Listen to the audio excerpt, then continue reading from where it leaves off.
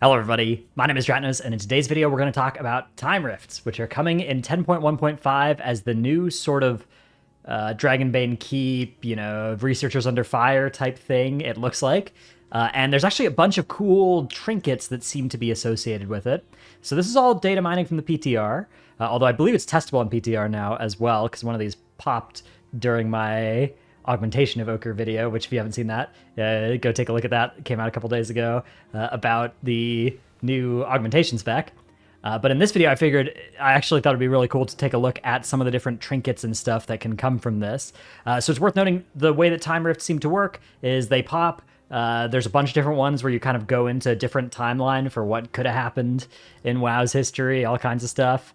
And there are a bunch of mounts you can purchase with the Paracausal fragments, 7 different ones. We've got this green dragony thingy. Let's see.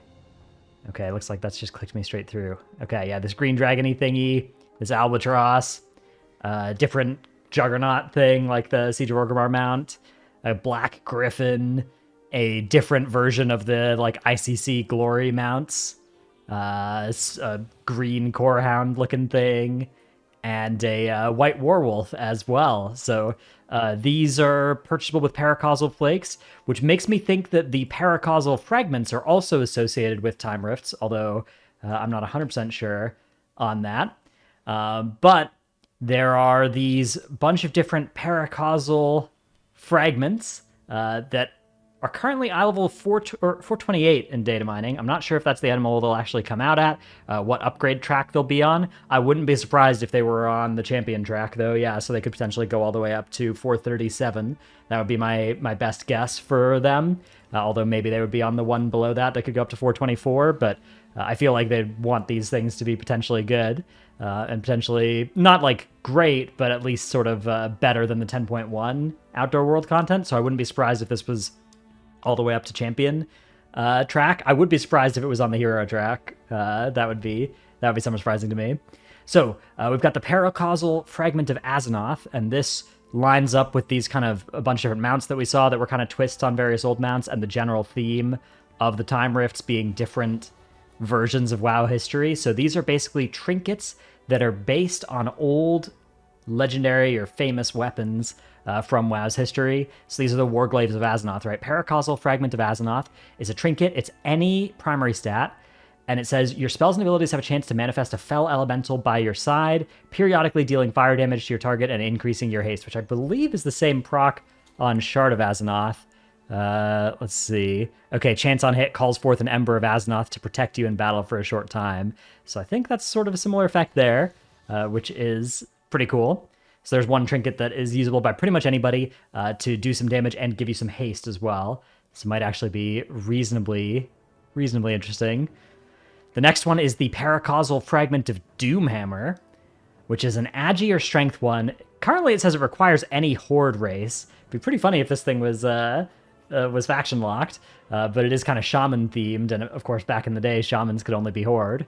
And it says your melee attacks and abilities have a chance to Doom Strike or King Strike your target, dealing a bunch of either nature or holy damage. So the King Strike, maybe there's a version of this that's like a fragment. When you see this text, maybe this is maybe there's a version that's like a fragment of Varian's sword or something instead.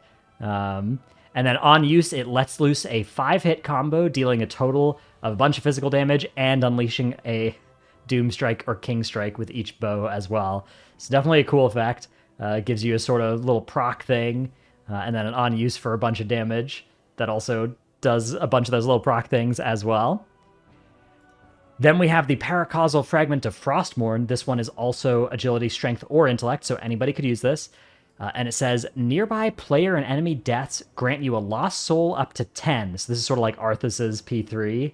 Or the like intermissions, the Frostmourne intermissions. Consuming lost souls.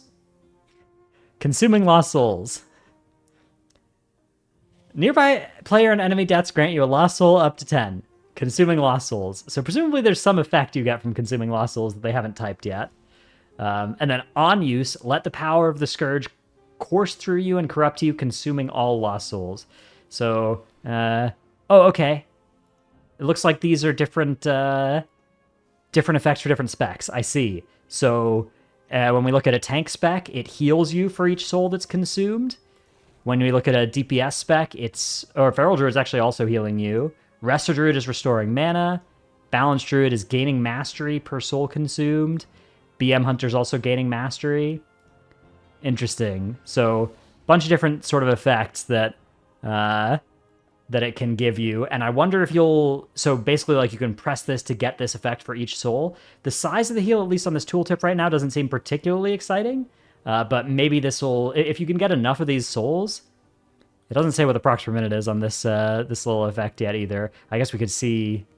No, it doesn't show on any of the spec versions of it either. So definitely an interesting effect. Usually, so if these are all world questy kind of trinkets, usually this sort of thing wouldn't end up being tuned to be super interesting, but it could be. 2 minute 30 seconds is also an awkward cooldown length for this sort of effect. All right, next up is the Paracausal fragment of Seshenal, which is the only name I don't recognize here. Let's see if the comments have any idea. Sessional, according to the non-canon Warcraft RPG sourcebook Shadows and Light, was the staff of the Titan ENR. Okay, so maybe a little thing of ENR staff, and that makes sense. It's an int trinket as well. And on use, you manifest a sapling of life at the target location that periodically restores health to nearby allies. As the sapling gives its life, slowly fades. Healing the sapling of life extends its duration. Very cool, very flavorful effect for healers. Although, it's probably pretty clunky to use this thing because you're, dropping it down. So if people move, it's bad, and then you have to heal it to keep it going.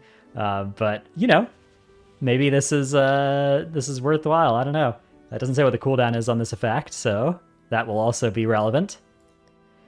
Then we have the Paracausal fragment of Sulfuras. This is a Agi or Strength one. It says your auto attacks have a chance to deal additional fire damage. Your harmful abilities have a chance to make the fragment erupt, dealing fire damage split between all nearby enemies. The fragment also has a chance to react to your damage taken, counterattacking for damage. So this is potentially the kind of thing they might design to be like a tank trinket.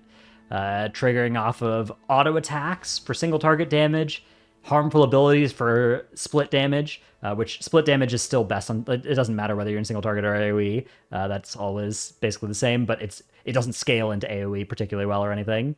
And then it also has a chance to react to your damage taken. So this sort of thing, maybe. I mean, Sulfurous, maybe this sort of thing could be good for like a DK or something, some kind of tank style thing. 2 procs per minute, I guess. So, yeah, I'm not sure. Interesting kind of damage trinket that probably wants you to be taking damage to get full value out of it. Although maybe the procs per minute is actually the same. So maybe you're going to get the same rough value either way. Not sure.